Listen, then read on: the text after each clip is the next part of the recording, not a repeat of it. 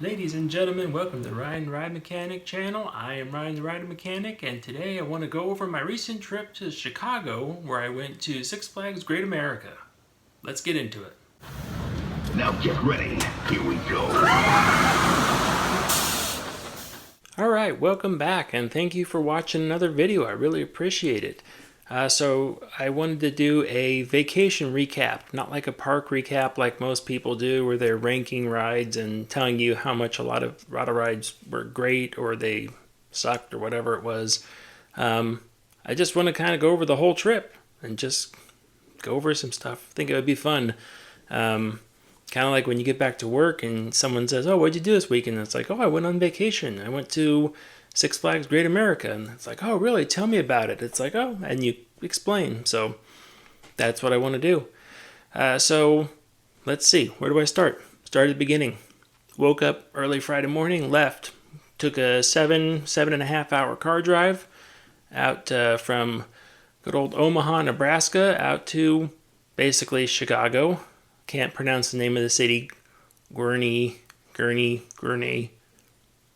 Anyways, out to by Chicago where Six Flags Great America is located. And I'm sure I'm going to get a lot of hate about that in the comments, but whatever. Along the way, it was a nice drive. Pretty easy. Filled with lots of corn. Passing lots of corn in the fields. But the drive was pretty straight and easy and wasn't too bad, actually. So, yeah, 7.5 hours, basically, and we got there and got checked into the hotel. We stayed at a nice little Holiday Inn Express about 20 minutes away from the park, which was good. That's kind of like where I like to be. Not too close, because when you're too close, those hotels tend not to try very hard to do anything, because the business is so hammered and repeated from the park. They just kind of let everything go by, and you don't get great service at all. So I stayed about 20 minutes away at a Holiday Inn Express down there, and I think that was Vernon. It was a nice area. I'd go back to that one again. So that night, I was in contact with a friend that I spent a while with, and we used to kind of work together.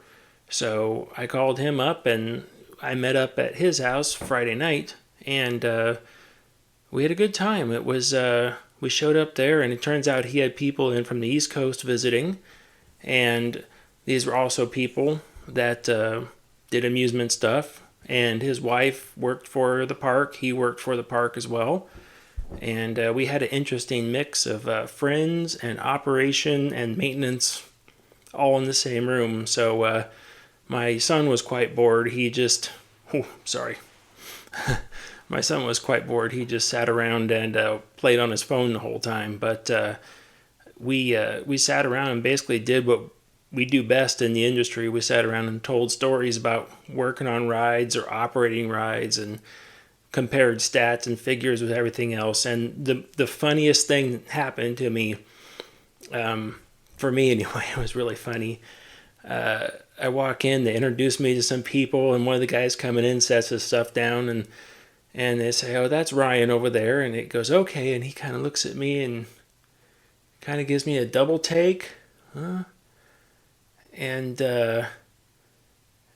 then he kind of paused for a second and said, "Are you Ryan the Ride Mechanic?"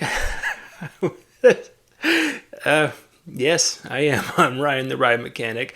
I can't believe it. That was somebody recognized me from one of my videos, and then everyone started talking about, "Oh yeah, we've seen your videos on this, we've seen that," and other people were like, "I thought you looked familiar," and that was funny to me because I wasn't sure if I'd ever get recognized out and about, because people look different when they are just sitting here talking at you on a video. But yeah, that was interesting to me. So we sat around till late at night. My friend barbecued, which was really nice. He's quite a good cook. But he had to. We left around 10:30 or so because he had to get up for work early in the morning. And so we headed back to the hotel. I stayed up that night, and let's see, earlier on Friday was when my LSM video released. If you haven't watched it, you can go watch it now. But so I answered some comments and looked through everything on there and saw what people were talking about on there. So that's always nice to see. And got some shut-eye. The next morning we woke up and my son and I went to the International House of Pancakes for breakfast just down the street. That was pretty good. Have you ever eaten at an IHOP and not ended up sticky afterwards? Because it seems like every time I ever go to a place like an IHOP, it's sticky afterwards. I just get all sorts of sticky. Everything sticks to everything. And I really don't know how I do it, but man, it's sticky afterwards. But we left and we headed out to the park. We were there a little bit early, but I asked my son, I said, hey, do you want to do something else to fill some time, or you just want to go to the park? And he, like I would have said, he's like, let's just go to the park. And I was like, okay, so fine. We went to the park. We pulled up there and we parked, got out, and we were sitting there in my car looking on my truck, and we were looking out at the rides running. And, you know, it's like I've always done that. I like to watch the amusement parks and see what rides run because that kind of gives me an idea like, okay, that ride seems to be working today. It's no fun. I know it happens to everybody, but it's no fun when you get up there and see a ride that you wanted to do on the board and like, oh, man, that one's not working today. It's kind of like a downer, so I like to watch the park from afar to see what's working. But we were sitting out there, and we were watching Superman Ultimate Flight, which is a B&M flying coaster. We were sitting there watching that run and watching it go through the loops and corkscrews, and my son looks at me and says, is it running slow? And I'm like, oh my gosh, thank you. You noticed that too. Because, man, that thing seemed to be crawling along the track.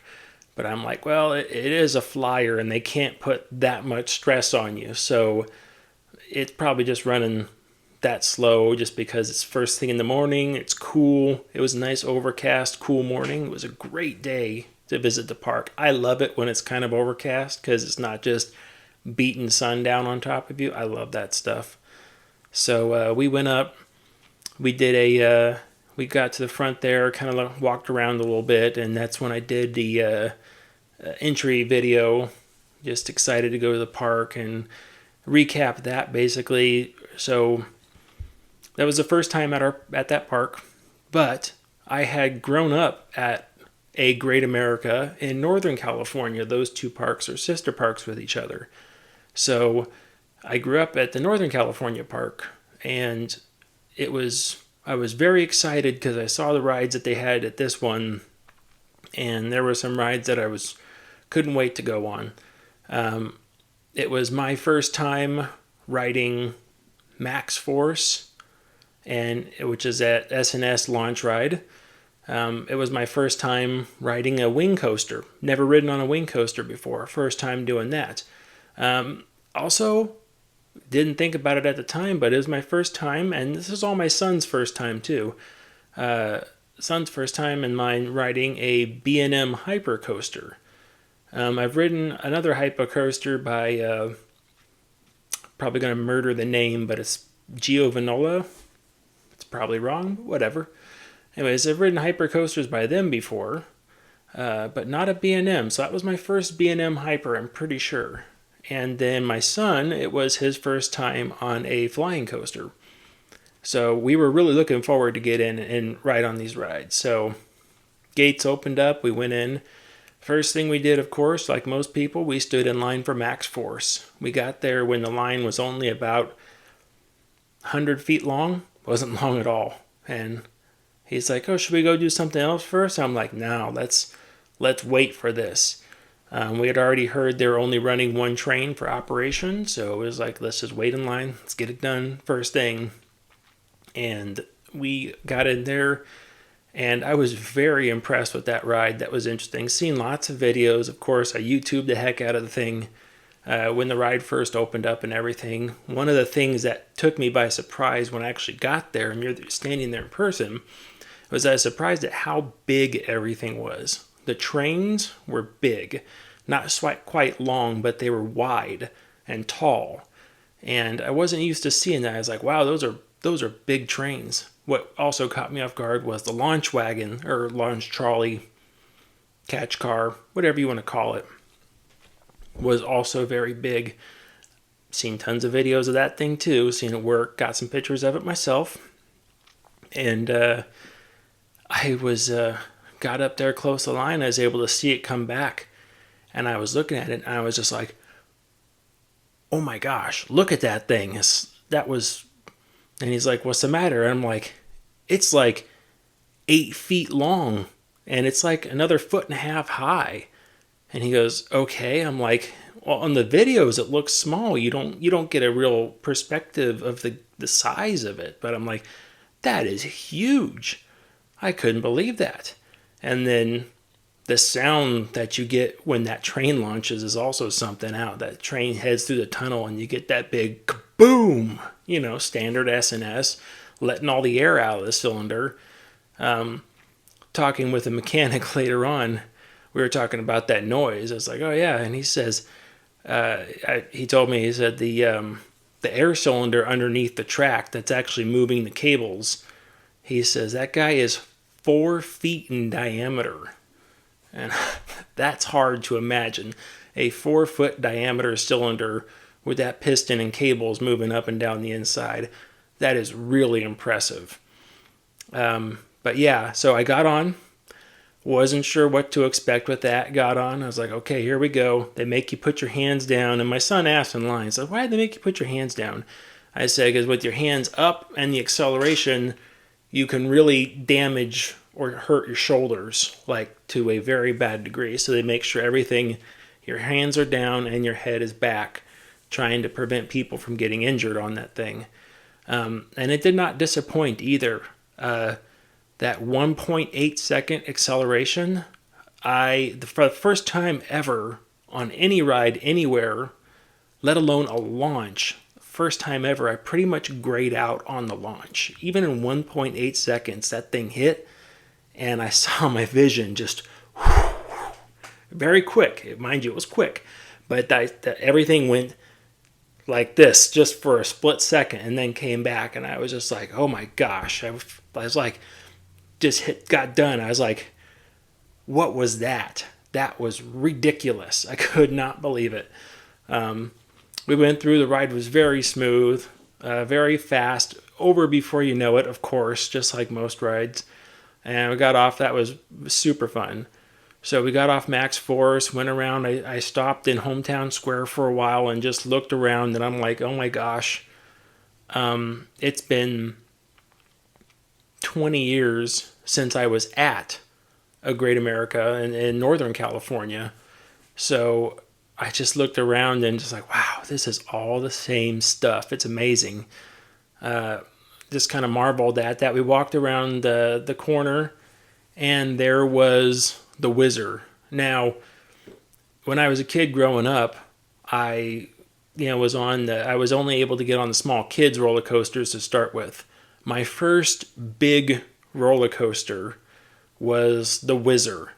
And at Northern California, they actually had an accident on it and ended up taking it out. So I can't remember how old I was, but I must have been 10 years old when they pulled that ride out. So, and now here I am at 42. So 32 years later, I'm able to get back on the Wizard, and it was just like I remembered it. The spiral lift hill going up, the electric motors winding as they pulled the train up that lift hill with all the anti-rollbacks clacking, and then some of the high G-force turns that it's able to make really low to the ground, cutting through the turns. That was amazing. That took me right back to my childhood. I loved that. That was great. So we got off the Wizard, went around the corner. I think after that, actually, we went to Viper, which was a wooden roller coaster. And I don't like wooden roller coasters just because they beat you up, but Viper was actually pretty smooth. It was in really good condition. I was really happy with that. Nice, I believe it was pretty much an out and back style coaster, and it was just nice and smooth, and everything was still nice and tight, and the trains were good. The ride on the trains was really good. I don't remember who the trains are made by, but I was happy with that one and got off happy because I was just like, wow, because getting off a wooden roller coaster for me sometimes it can be quite a mess, you know.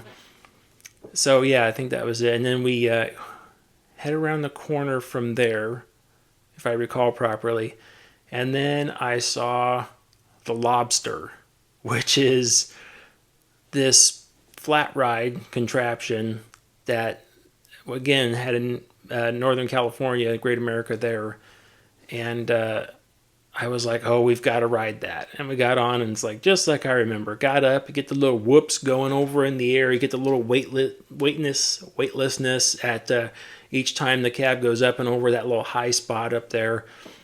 That was fun. And these things they're in really good shape too. It's just like you could tell everything was nice and oiled and taken care of, and the condition of the queue line and everything was in pretty good shape. So from there we head around the corner. I think we went on Raging Bull next. Yeah, I think that was the next one. We went on Raging Bull. And that's a B&M hypercoaster. That was my first B&M hypercoaster. Rode on that, middle of the train somewhere. That was a really nice ride. Nice and smooth, really fast. Good G-force coming around some of the corners. Nice little air time and some ejector time here and there. That was good. We got off of that. Quite happy. Moved along. And my son's like, oh, I think there's a mine train around there. And I'm looking at it. We're walking right by the drop tower. And I'm like, it says mine train? He's like, yeah, I think that's a mine train. I'm like, okay. I'm like, I don't really want to get on the drop tower though. Like, I don't really feel like doing that. He's like, oh, no, I think this is the mine train. I'm like, oh, okay. We get along there. I'm like, are you sure? I think this might be the entry for the drop tower. He's like, no, I think it's the mine train. And then we get around the corner and I'm like, oh, this is the drop tower. And he's just like, yeah, this is the drop tower. I'm like, okay, all right. I don't like drop towers that much. And honestly, I don't like them because the anxiety I get on the way up to the top. Unlike most people who are afraid of the drop, I can't stand the build up getting to the top because I was having just like so much anxiety getting out of the brakes as that motor speeds up and you get faster and faster. And then you get up into that area where I'm like, okay, it's going fast. We're heading up the tower now. And then I'm like, all right, I can deal with this. And then it happens, you know. Every time I get fooled by this on every time I ride one of those tower rides, it actually clears the brakes and then really accelerates up the tower. I'm like, oh, crap. Get all the way up to the top, and there's that pause there, and then my stomach, everything is just like, oh, man, I can't. And then as soon as that hook lets go, whew, I'm having fun. I'm having fun on the way down. That is just an awesome feeling. I love that drop. Whew, so much fun. Hit that brakes. You know that sound that drop towers make when you hit the brake at the bottom? I love that sound. It's one of my favorite sounds. Just get that nice air moving through there, and you just get sound as it hits the bottom. It's just like, yes, I love that sound. Anyways, we got off of there, and I said, okay, you got me on that one. We went around the corner, and then it was time for X-Flight, I think was the next one we got on. We went over to X-Flight and got on that. We rode middle of the train on the left-hand side. First time, we both got off. That was cool. That was fun. A lot of people say, oh man, all the elements come out and you really feel like you're going to hit stuff. I never got that feeling on that ride. I never felt like I was going to hit anything on there. I mean, it was great. The train was big. It was slow moving around. I felt like it could have been a little rougher, but by rougher I just mean like a little higher G-force and turn and stuff like that. But I understand you need to keep those forces low, especially on a wing coaster like that, because everything is cantilevered off the side of the tracks. You don't want to crack the frames or do anything like that and mess it up. So I understand that one. Yeah, so that was pretty good though. I enjoyed that. And I just say, okay, yeah, we would get on that again. Absolutely. So then we went over, and the next ride we took was the lunch ride. So we went over to Johnny Rockets and got some hamburgers and stuff on there. Met up with a couple people from the park real quick just to say hi. Just they heard I was in town, so they wanted to come out and say hi, which is cool. And then from there, I said, oh, we're going to go over to the Eagle next. And I had been, since I had posted that video earlier, I had people asking me, it's like, hey, let me know what you think about the Eagle. So I was just like, okay. I had one of the mechanics there, so I was like, hey, how's the Eagle going? And he's like, it is what it is. It's in good shape for how old it is. Okay, I understand that comment completely. There's nothing wrong with that. Wooden roller coasters especially, it's like, well, you'd love to retract the entire ride and replace all sorts of stuff, but you can't. They're just, stuff is old. You can't do that all the time. So you have to really just kind of roll with the punches and replace what you can, when you can, and when it's budgeted to be replaced. So we went over to Eagle, and let me tell you, that queue line is so long. I thought we were walking down that queue. It must have been a mile from where we got in from the park to where we finally got on the ride. That was really far down there. At the time, they had, the ride has two tracks. It's meant to be a racer, a red and a blue. At the time, they weren't using the blue. From the looks of it, probably they haven't used the blue in a very long time. So we got on the red side. We got on the train. I know those. Those are Philadelphia Toboggan Company trains. And they were in pretty good shape as well. Went out there, got up and over the first lift hill. I got up and over the lift hill and went over some of those bunny hills, and everything was going pretty good. The ride had some rough spots in it, yeah. It's painted. I don't like painted stuff because it makes the wood act funny. I like the wood to be exposed just because when it rains and gets wet, it can swell and soak up the water like it's supposed to. And when you paint it, you prevent that from happening. But painting's an aesthetic thing. Okay. All in all, I thought that was a pretty good wooden roller coaster. A little rough. I don't like rough wooden roller coasters. That's why I don't like much wooden roller coasters in general. So that was kind of rough. Since people were asking about it, I was making more of a conscious decision to think about that on that ride too. And realistically, I would say there are two ways to fix it. I could tell the roughness that it had was from loose laminate stacks. Not like the laminate stack needed to be tightened up, like the laminate stack needed to be replaced, and that's a ton of effort. Not that the stack is in bad condition, because I'm not talking about replacing it just because it's in a condition. I'm actually talking about replacing it with a thicker laminate stack. So literally, like right now, that laminate stack was like 18 inches high. It's like make it 24 inches high. And the more wood you add to it, the less of a ripple you get between the bents. That ripple between bents is what causes that vibration and that jerking motion. So there's two things you can do. You can increase the thickness of the laminate stack, which is really hard because you have to do it everywhere across the ride. You're remaking the road and the guide surface, which is super hard to do. And the other one you can do to decrease that ripple between bends is to put lighter trains on. You can move away from the Philadelphia Toboggan Company, which is, I believe that's 3 rows, 2 people each, and go to something like a GCI train, or there's lots of other manufacturers of these trains, but anyways, 2-person coaches where each 2 people have their own set of wheels on them, and that would that distributes the weight much more evenly, and you kind of able to displace it a little finer across that laminate stack, and you get less of that ripple at the same time. Then let's see, after that we moved around to the buddy I went there and talked with. He maintained Goliath, which is their RMC wooden roller coaster. So I heard a lot about that. So I got on. That is a really nice ride. That is a really nice and smooth ride.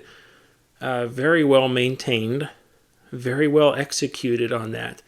The lift, man, what a pain in the butt that lift has to be.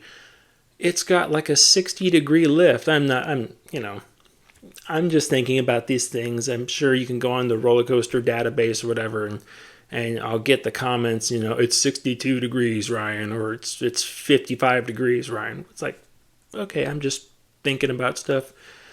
So it's got like a very steep lift, which when I get on a lift like that, I think about two things. I'm thinking about the lift motor at the bottom that has to pull that train up there, because the steeper you make the lift hill, the more effort the lift motor has to put into it, and all those components have to be bigger. So I'm thinking about that. And then I'm thinking about the poor mechanic, operations, everybody who has to climb that lift hill every time there's a problem. And that's got to be a rough one. But I like the near vertical, or the vertical drop on the other side with the missing vents underneath it. When you get that iconic nice little shape over the top of there, it looks really cool. And then just some really forceful high G-force turns, the overbank turns on top of there. And I believe, I'm not great with the other element names and stuff like that, but I believe there's looks like an Imbleman, if I have that right. It's going across the other side. Train turns upside down and then pulls back down towards the ground.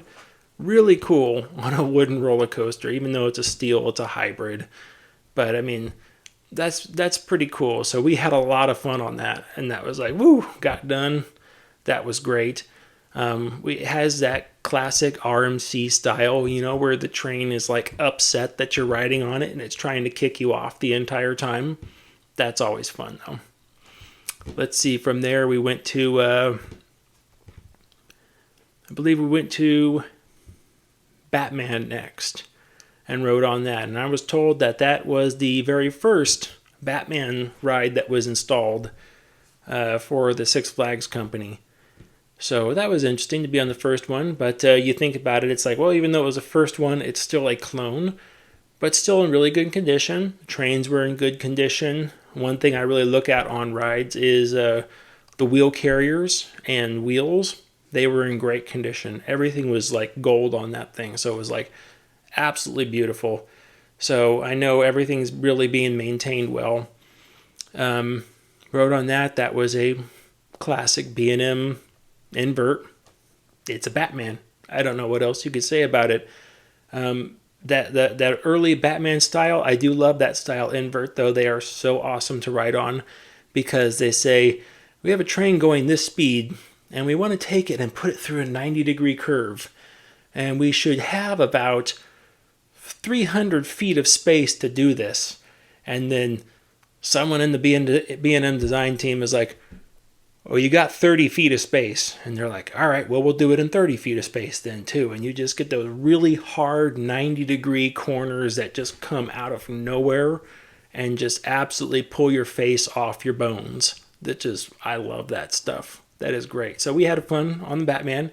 Then we went to Joker, which was right outside, which is an SNS free spin, I think they're called. And we got on one of those. And that was about to be expected. I can't really judge those well, because the ride is always so different depending on just how your gondola is loaded, or how the train's loaded. If you're running fast, slow, how many element brakes they put up on the side of the thing. Hard to tell on those. So we went through that and got done there. And then from there we walked around. Oh, we went over to V2. We got on a V2, which is pretty good. The V2 I rode in Northern California at the Six Flags park there. That guy was 150 feet on the back tower, and it is 45 degrees on the front tower. And then here I am at this V2, which is a true U-shape impulse coaster with I believe it's 180-foot towers on the front and the back. And all the ride uses all the speed to get there. The G-force was a lot higher riding between those two rides. So other than that, it was a V2. I mean, kind of the same ride. So I got some pictures, I got some extra stuff, and Looked at some of the things on there. I always pay close attention to the static strips on the wheel carriers because you have to keep those things great condition, because if the static strip doesn't touch the track, you get drive faults. Nothing but drive faults on those rides. So then from there, let's see. We didn't do any of the water rides. I'm not a big water ride person, so we didn't do them. So we stayed away from all three of the water rides, I should say. Let's see. The Mardi Gras Hangover was not running. That's the 100-foot tall Larson Loop, which, in my humble opinion, if you've ridden a Larson Loop, you've ridden all the Larson Loops. So we went past that one. And then we got to go on first we went on Superman over there, and that was fun. We got out there. I told my son, I said, hey, don't freak out. I'm like, you're harnessed in. You're not going anywhere. It's safe. And he's like, okay. And then we locked the seats, and then the cars, they swung back into the lock position, and they come forward off your seat. I'm like, remember, you're harnessed in. You're safe. You're not going anywhere. Okay. I kept telling him going up the lift hill, you're harnessed in. You're safe. You're not going anywhere. Okay. And then we go through the ride. It was fun. The only other flyer I've been on was Tatsu at Magic Mountain, which is a little bigger, a little faster. But I had less problem with the pretzel loop, I believe it's called, on this one at Great America. Still a lot of G-force on your back and stuff in the alternate direction, but knowing it was coming, I was able to prep my body for it. We got done in the brake run. I'm like, what'd you think? He's like, it was good. And I said, okay, you like it? And he says, I see what you mean about that pretzel loop. I'm like, yeah, it kind of messes with your body, doesn't it? He goes, yeah. And he says, I feel like I'm going to come out of the seat too. I'm like, you're strapped in. You're not going anywhere. It's safe. I'm like, these are the first problems I had with flyers too, as I go up on that flyer and you come away from there and everything kind of comes loose and you're just like, I don't feel like I'm bolted into this thing, but you are, but your body, your brain doesn't think you are. So from there, we just continued around in front of the park and we were back to where we started. So I told him, I said, we got to go on the double-decker carousel just because there are not many of those around and you should go on it just to say we went on it. And it's okay, so we got on. So props to him, we were going around and my son was riding the whole time with his hands up. He's just sitting there on the carousel, straight face, just riding with his hands up. And he came around one time and there were some other teens in the queue line waiting, and they're pointing at him. They're like, hey, look, that guy's got his hands up. And so next time around, he put his hands down, and all those kids were like, no, put your hands up, put your hands up. So he put his hands back up, and then the entire rest of the cycle, like the other minute and a half left in the cycle, he kept his hands up the entire time on the carousel. So what was hilarious about that, we left, we kind of walked back a little bit and then came back by as that second cycle was going. And I told them, I said, you should get in a clearing where they could see you now, and you should put your hands up down from the ground now, because we're just walking by, and see if they have their hands up. So, and he's like, oh, okay, I'll do that. I'm like, I want to record this because it'll be great if they do.